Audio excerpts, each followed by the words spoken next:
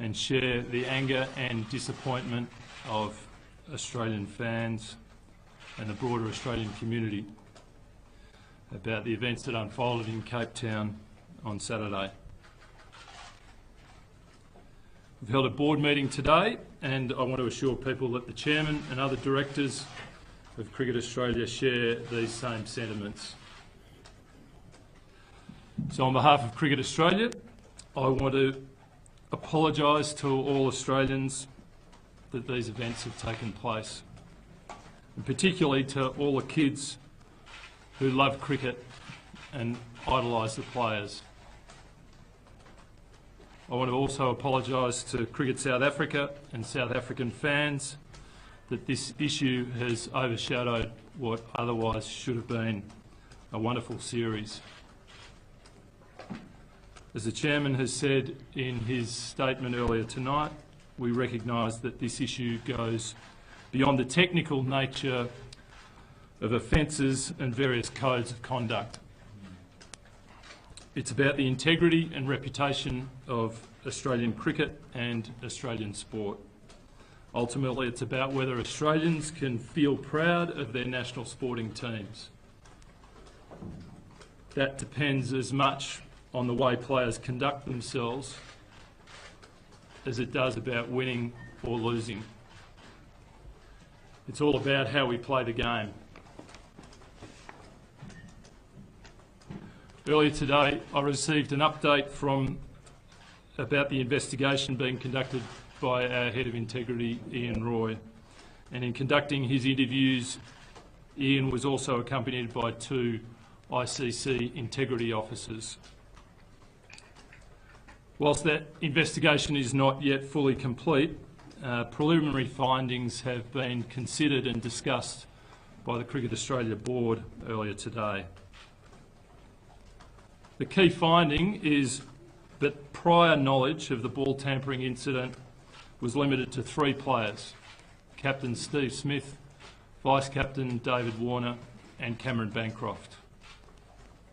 No other players or support staff had prior knowledge, and this includes Darren Lehmann, who, despite inaccurate media reports, has not resigned from his position. He will continue to coach the Australian men's team under his current contract.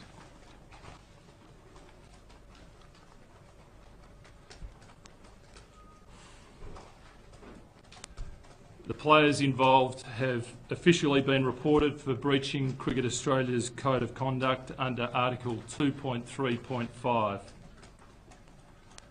The substance of the offence can be covered by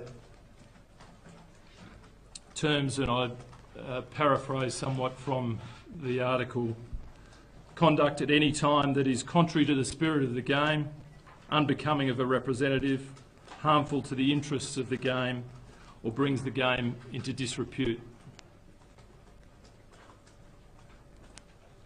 Once the investigation has concluded, in the next 24 hours, sanctions will be announced and we'll go through the Cricket Australia Code of Conduct process, and I'll come back to that in a moment.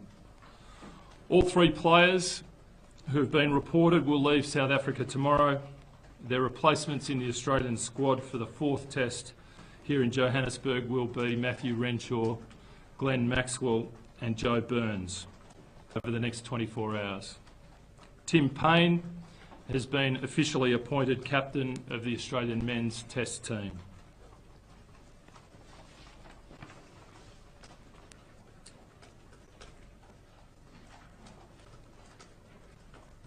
Back to the reporting. In regard to the 3 players on report, I want to stress that we are contemplating significant sanctions in each case.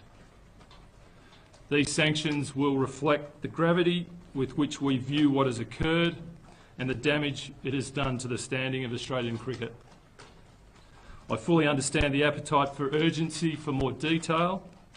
However, urgency must be balanced with due process, given the serious implications for all involved. In addition to sanctions for individuals, Cricket Australia will take the opportunity to review the conduct and culture of our professional teams and naturally this will involve consultation with relevant experts. We'll have more to say about how this will proceed in the coming weeks. A clear focus will be on re-engaging with Australian cricket fans and the Australian public to rebuild respect and pride. I also want to place on record my strong support for the sentiments that ICC CEO David Richardson has expressed about the need to raise standards generally. I agree completely that the ICC and member countries, member boards, including Cricket Australia, need to define more clearly what is expected of players and then enforce the standards in a consistent fashion. And I agree that all member countries, including Cricket Australia, need to show more accountability for their team's conduct. Winning is important, but not at the expense of the laws or the spirit of the game.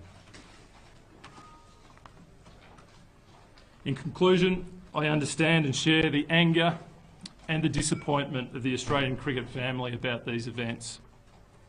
This is a serious issue and it needs to be dealt with properly and with due diligence.